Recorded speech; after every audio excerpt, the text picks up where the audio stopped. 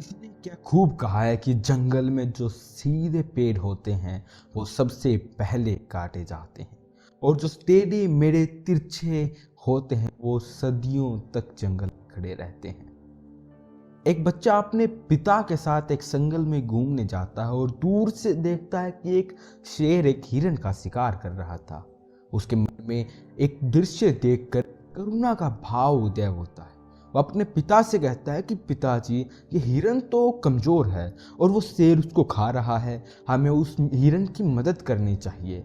ये सुनकर पिता कहते हैं, लेकिन वो शेर भी तो भूखा है, अगर तुम हिरण को बचाओगे तो तुम शेर के लिए बुरे बन जाओगे।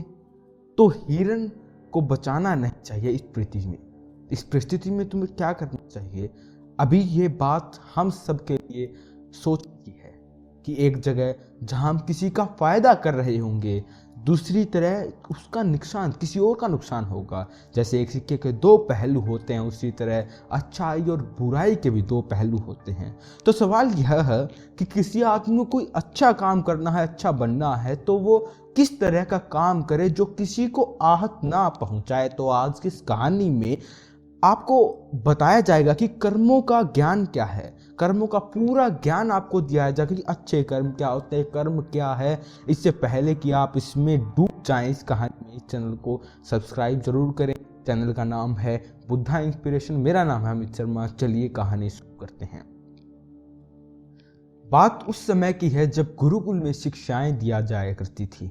मतलब गुरुकुल में बच्चे सीखने के लिए जाते थे, वहीं पर रहते थे, वहीं पर खाते थे, वहीं पर प्रकृति का आनंद लेते थे और शिक्षा ग्रहण करते थे। ऐसे ही वेनोंग गांव का मोहन नाम का व्यक्ति, युवक, गुरुकुल में पढ़ाई करने के लिए जाता है। उसके माता पिता उसे बचपन में ही गुरुकुल में भेज देते हैं। बहुत सालों तक वह अपने सहपाठियों के साथ बहुत अच्छी अच्छी शिक्षाएं ग्रहण करता है।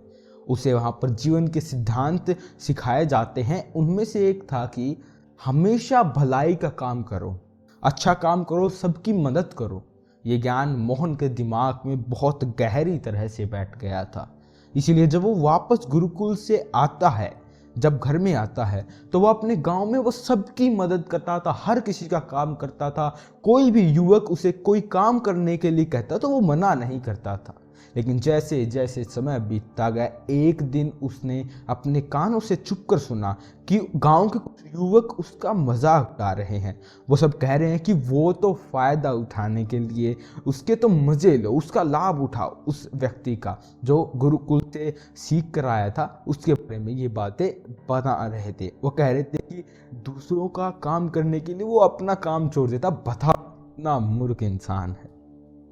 यह सुनने के बाद मोहन के कानों में खून उतर आया और उसने मन ही मन निश्चय किया कि आज के बाद वो किसी की मदद नहीं करेगा। और अब मोहन गांव का ऐसा युवक बन चुका था जो किसी की मदद नहीं कर सकता। चाहे कोई कितना भी परेशान हो, वो किसी की मदद नहीं करेगा, उसको कोई फर्क नहीं पड़ता था। मोहन का बदलाव देखकर सब गांव वाले आश्चर्यचकित रह गए। कल तक जो दया का सागर था, इतना दयालु था, कुछ ही समय में इतना निर्दयी कैसे हो गया? ये देखकर मोहन के माता पिता को भी उसकी बहुत चिंता गई। उन्होंने पूछा कि बेटा, ऐसी क्या बात हो गई, तुम इतना बदल कैसे गए हो? तो मोहन ने कहा कि इस जमाने में किसी की भलाई करके कुछ हासिल नहीं होता। यह बात मैं महसूस कर चुका।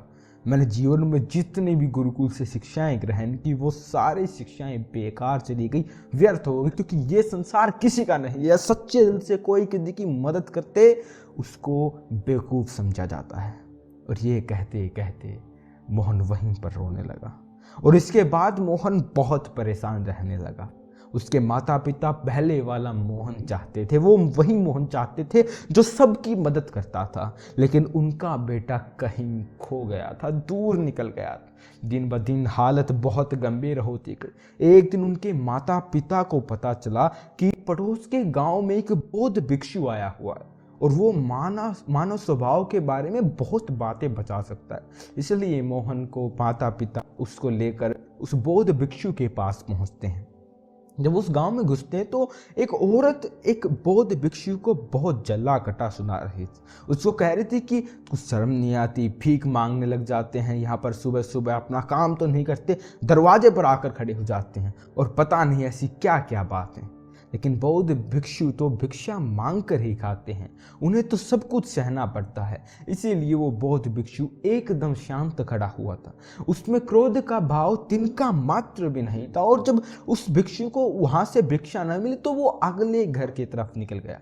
ये सारा दृश्य मोहन भी देख रहा था। इसके बाद उसके माता पिता उस गांव के लोगों से पूछकर उस बौद्ध भिक्षु के ठिकाने पर पहुंचते हैं। वहां जाकर वो देखते हैं कि ये वही भिक्षु था जो गांव से भिक्षा मांगकर वहीं वापस लौट आया था, जो गांव में भिक्षा मांग रहा था और जिसे वो औरत जली कटी सुना रही थी, बुरा भला कह रही थी। उसे देखने के बाद मोहन और उसके माता पिता ने उससे प्रणाम किया और वो वहीं पर बैठ गए। उसके बाद मोहन के माता पिता ने सारी परिस्थिति उसे बयां कर दी। उन्होंने अपने बेटे का जिक्र करते हुए बताया कि ये हमारा बेटा पहले बहुत दयालु हुआ करता था, सबकी मदद करता था, लेकिन अचानक ऐसा क्या हुआ पता नहीं कि अब ये किसी की मदद नहीं करता। कोई इसके सामने मर भी रहा होता है तब भी ये बिल्कुल उसे पानी भी नहीं पिलाता। ऐसा स्वभाव इसका हो गया है। हम कुछ समझ नहीं पा रहे कि ये बदलाव अचानक से कैसे हुआ। इससे पहले कि वो बौद्ध भिक्षु को जवाब देता, वो औरत जो गांव में उस भिक्षु को जली कटी सुना रही थी, वो अपने बेटे को लेकर वहीं पर पहुंच गई और हाथ जोड़कर उस भिक्षु से प्रार्थना करने लगी कि मेरा बेटा बहुत बीमार है, अचानक से इसे बुखार आया और गांव के लोगों ने बताया कि आप इसकी मदद कर सकते हैं, कृपया करके मेरे बेटे को ठीक कर दीजिए। ये बुनकर वो बौद्ध भिक्षु तुरंत उस बच्चे का उपचार करने में लग जाता है और कुछ ही देर बाद कुछ औषधियाँ देने के बाद वो बच्चा बिल्कुल स्वस्थ हो जाता है। ये सब देखकर वो औरत उसे कुछ भिक्षा देकर प्रणाम करके वापस लौट जाती है। ये सारा दृश्य मोहन भी देख रहा था। मोहन के मन में एक सवाल उठ रहा था और जब वो कोई जवाब उसको नहीं मिला तो उसने बौद्ध भिक्षु से पूछा कि शायद आपने पहचाना नहीं, ये वही औरत है जो आपको बुरा भला कह रही थी, जिसने आपको भिक्षा नहीं दी। उसने मना कर दिया था, शायद आपने उसे पहचाना नहीं तो आप उसके बच्चे को ठीक नहीं करते, उसकी मदद नहीं करते। सुनकर वो बौद्ध भिक्षु मुस्कुराने लगता है। उसके बाद वो बौद्ध भिक्षु मोहन को बताता है कि दूसरों की अच्छाई करने से कुछ अवस्थाओं में दुख मिलता है, लेकिन अगर दुख कर्मों का सिद्धांत समझ लेते हो तो अच्छाई और बुराई इसके सारे भेद तुम्हारे सामने स्पष्ट हो जाएंगे। मैं भली भांति जानता था कि ये वही औरत है, लेकिन मैंने बिना कोई द्वेष का भाव रखे हुए वही किया जो मेरा कर्तव्य था।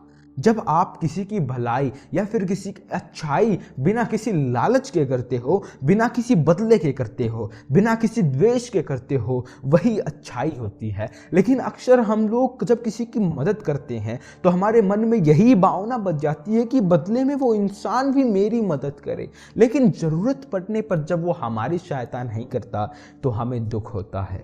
इसीलिए किसी भी इंसान के साथ बिना कुछ पाने के भाव से उसका भला करो और उतना ही भला करो जितना तुम्हारा सामर्थ्य हो, मतलब तुम्हारी आर्थिक और शारीरिक क्षमता के हिसाब से उसका भला करो, ताकि कल को अगर वो इंसान तुम्हारे साथ बुरा करे तो तुम्हें उसका खेद ना हो, उसका पश्चाताप ना हो कि मैंने उसके लिए इतना कुछ कर दिया और ये मेरे साथ अब बुरा व्यवहार कर रहा है।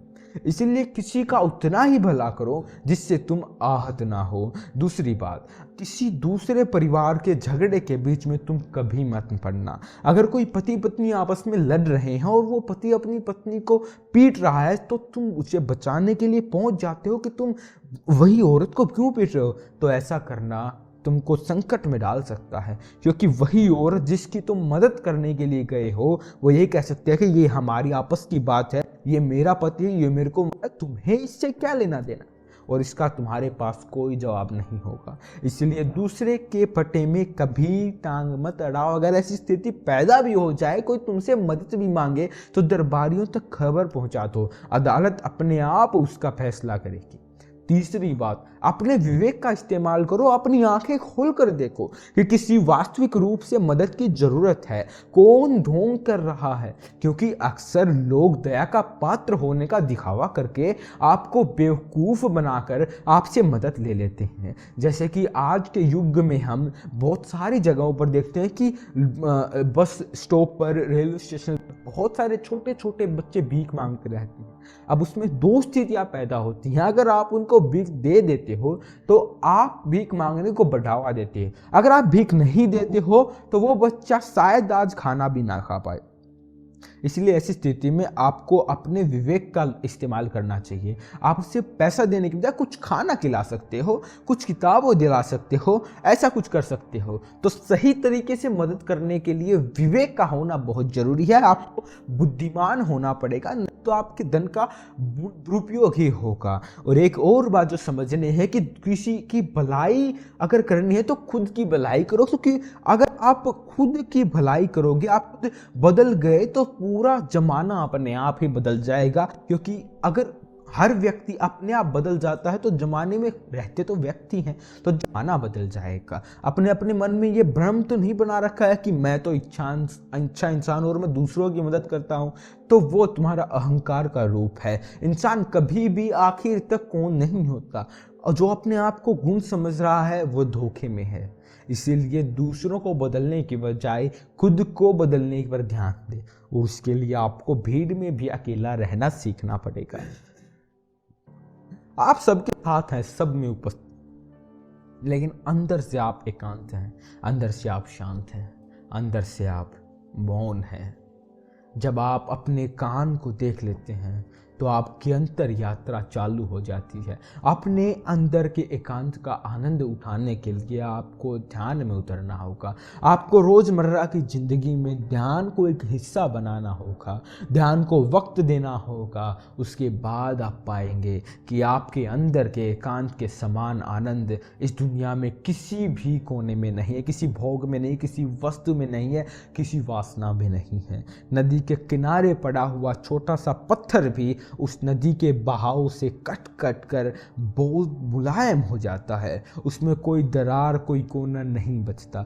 उसी तरह ध्यान के निरंतर भाव में बहने से उसी तरह निर्मल हो जाता है, जिसके बाद हम किसी भी चीज़ को महसूस कर सकते हैं, जिसके बाद हम वर्तमान का मतलब समझ सकते हैं, जिसके बाद हमारे अंदर करुणा का उदय होता है, वो करुणा जो किसी भी विषय वस्तु से नहीं जुड़ी हुई। इसलिए दोस्तों, आज से ही अपने अंतर यात्रा चालू कर दें, अपने जीवन के आनंद को पहचानें, क्योंकि इंसान की ज़िंदगी बहुत छोटी होती है, पता नहीं कब आखिरी सांस आ जाए। तो जीवन के जो पल बचे हैं उन्हें उस परमानंद में बिताओ। तो दोस्तों, कैसी लगी आपको ये कहानी कमेंट सेक्शन में ज़रूर बताना। हम आपके लिए ऐसी कहानियाँ इस चैनल पर डालते रहते हैं, तो कृपया करके इस चैनल को सब्सक्राइब कर दीजिएगा। आगे ऐसी ही कहानी के लिए आपका बहुत बहुत धन्यवाद। वीडियो को सुनने या देखने के लिए अगली वीडियो में मिलते हैं, तब तक के लिए सुखी रहिए, आनंद में रहिए।